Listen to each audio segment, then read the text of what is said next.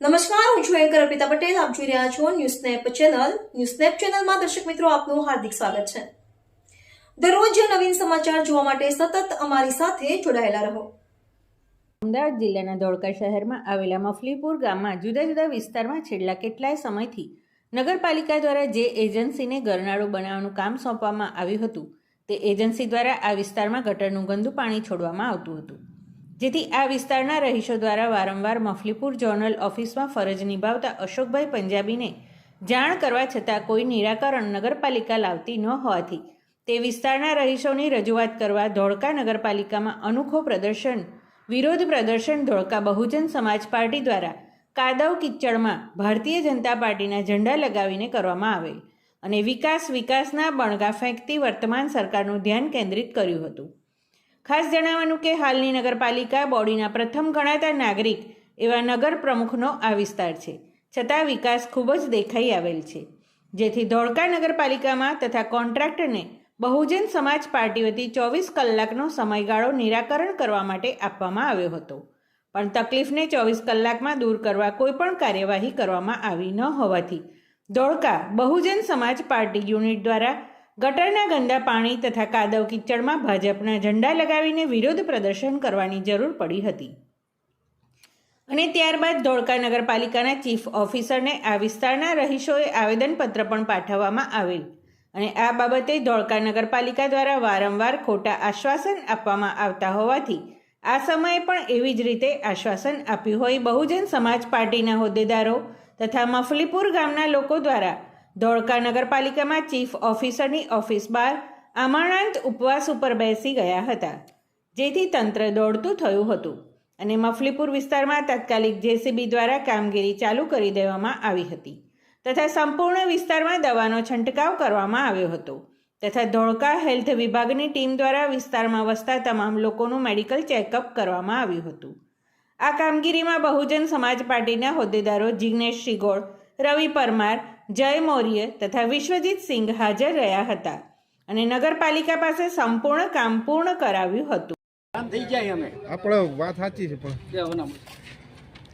આ પ્રશ્ન કેટલા સમયથી છે? 4-5 મહિના થઈ ગયા.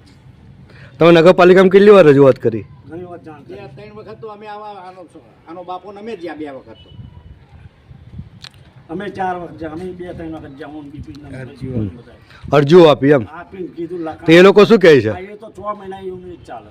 નગરપાલિકા જવાબદારી લીધી? જવાબ આપતા નથી અને જાણી જોઈને આ સમસ્યા ઊભી કરવામાં આવી છે. અશોકભાઈ ઓફિસર અશોક પંજાબી, હા, એ તો કહે એટલે ત્યાં જ જાવ કે મોટી ઓફિસે. આ તો કશું માથ જ નહીં રાખતો કે ત્યાં જાવ આ બંધ. તો એના સ્થાનિક અશોકભાઈ જે અશોકભાઈને નગરપાલિકાના તો પ્રમુખ છે, 5-6 વાર કીધું, એ તો જોવાય નહીં આવતા. એ તો એમને થઈ જશે એમ જ કે. હા, 3 મહિના થયા તો હજુ થયું નહીં. ના બરોબર, તો આનું કશું નિરાકરણ હમણાં બીજા કોકને ત્યાં સારા આગેવાન નેતાગીરી ત્યાં આવું બન્યું હોત ને તો દોડતા આગળ પેલા કોંગ્રેસવાળા આવીને ફોટા પાડી ગયા, પેપરમાં આલ્યું, બધું કર્યું, તોય કશું નહીં કર્યું. લ્યો હવે તમે શું કરવાના? હું એમ કહું કશું નહીં થાય. 3 મહિનાથી અમના વિસ્તારની અંદર ગટરનું પાણી છોડવામાં આવે છે, અનુસૂચિત જાતિ વિસ્તારોમાં આવે છે. और પહેલાં તો અમારી રજૂઆત એ છે કે એ ધોળકા નગરપાલિકાની બેદરકારીના કારણે આ જીવન બન્યું છે. તો જલ્દથી જલ્દ જે ધોળકા નગરપાલિકા વિસ્તારને પાણીની ટાંકી જોડે બાબા સાહેબનું ટેક્સી છે એની પાસે પાણીની ટાંકી છે, ત્યાં નગરપાલિકા અથવા તો કોન્ટ્રાક્ટર બેમાંથી એકની ભૂલ છે. એટલા માટે અમે તમને વિનંતી કરવા કરીએ છીએ કે ત્યાંથી જલ્દી જલ્દી પાણી, ગંદા પાણીનો નિકાલ થાય, પ્લસ ત્યાં જીસીબી મારી જે કાદો થયો છે એ કાદો હટાવવામાં આવે અને ત્યાં દવાનો છંટકાવ કરવામાં આવે અને જલ્દીથી જલ્દ ત્યાં મેડિકલ ટીમ મોકલી. 3 મહિનાથી છે તો ત્યાં કેટલા લોકોને મેલેરિયા જેવી ઘાતક બીમારીનો સામનો કરવો પડે છે. એટલા માટે વિનંતી એ છે તમારે કે આમ ત્યાં મેડિકલ ચેકઅપ મોકલે એવી ટીમ દ્વારા અમને મેડિકલ વિસ્તારના લોકો છે એમનું મેડિકલ ચેકઅપ પણ થાય. અને અમારી બીજી વસ્તુ એ માંગ છે કે જે ત્યાં હાલ જે ગંદવાનું બની રહ્યું છે એ નગરપાલિકાએ થર્ડ પાર્ટીનો કોન્ટ્રાક્ટ આપેલો છે. એટલા માટે નગરપાલિકા અમને ક્લિયરિટી એવી આપે કે આ જે પાણી છોડવામાં આવે એ નગરપાલિકા દ્વારા છોડવામાં આવે છે કે આ તો જે તે કોન્ટ્રાક્ટર દ્વારા છોડવામાં આવે એની ક્લિયરિટી આપે. એનાથી જો કોન્ટ્રાક્ટર દ્વારા છોડવામાં આવ્યું હોય તો અમે કોન્ટ્રાક્ટર ઉપર બજેટ દાખલ કરવા માંગીએ છીએ. પ્રોપર ચેક કરી અને ડિટેલમાં જવાબ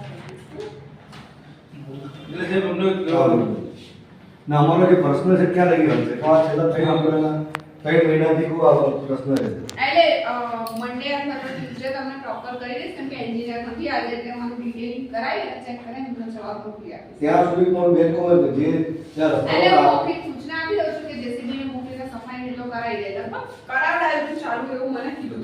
એમાં એવું છે મેડમ કે ત્યાં આગળ આના આજકાલ કરતા આજે તો પાણી ઓછું થયું છે હમણાંથી 2 દિવસથી. બાકી હું જ્યાં રહું છું ત્યાં મારા ઘરની આગળ મારે નીકળવું હોય તો મારે આટલા કિચડમાં નીકળવું પડે. ત્યાં આગળ મચ્છર એટલા બધા ભરી ગયા, એટલા બધા મચ્છરો ના પૂછો વાત.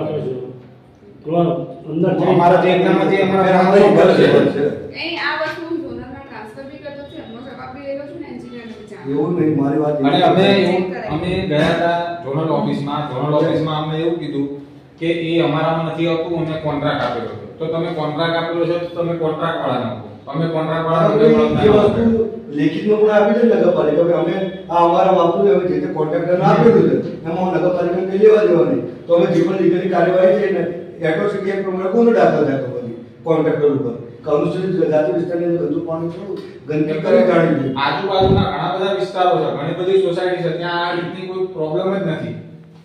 બીજી વસ્તુ એ છે અમારા વિસ્તારમાં મિનિમમ 2 મહિનાથી આ પ્રોબ્લેમ ચાલે અને એવું કહેવામાં આવે છે કે આગળની સાઈડ કામ ચાલે છે એના લીધે તમારે પાણી ભરાય છે તો તમારે એ વસ્તુનો સામનો કરવો પડશે. ના એ તો તમે એનું એ ગંદકીનો નિકાલ તો કરી શકાય ને. બેન આવી રજૂ તમે આ એક રેગ્યુલર નહીં આવ્યા. આ વિસ્તારના લોકો ઘણી વાર આવ્યા છે ને આવે કે નગરપાલિકા તરફથી ખાલી આશ્વાસન મળ્યું છે, અમને કોઈ કામ મળ્યું ને એટલા માટે અમારી માંગણી છે તો અમે જેસીબી મોકલો બરોબર છે ત્યાં લગી અમે હજુ ઊભા થશું. આ સીધી વાત છે એવો જ અમે બેસી જશું જ્યારે કે ત્યાં જેસીબી કામ નહીં ચાલુ કરતા નહીં અમે ઓફિસ જઈશું. ઘણા સમયથી અમે થાકી ગયા રહીએ અમને ખાલી બસ વાયદા પર વાયદા તારીખ ઉપર તારીખ મળે જ નગરપાલિકા તરફથી. 1.5 વર્ષના છોકરાઓ છે ત્યાં અમારા બીમાર થાય આ તે 24 કલાક વાળું પાણી મારો બેડ એક વાર તમે રેકી કરજો ત્યાં જોઈજો ધોવાય આવતા સાફ સફાઈ થવી જોઈએ એના દવાનો દવાનો છંટકાવ કરીએ બસ. પાણી પાસે ગંદુ પાણી એના માટે બધા આપી.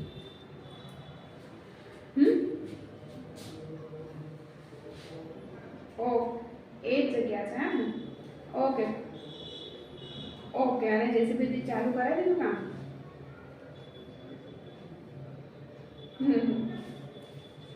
ઓકે વાંધો ઓકે ઓકે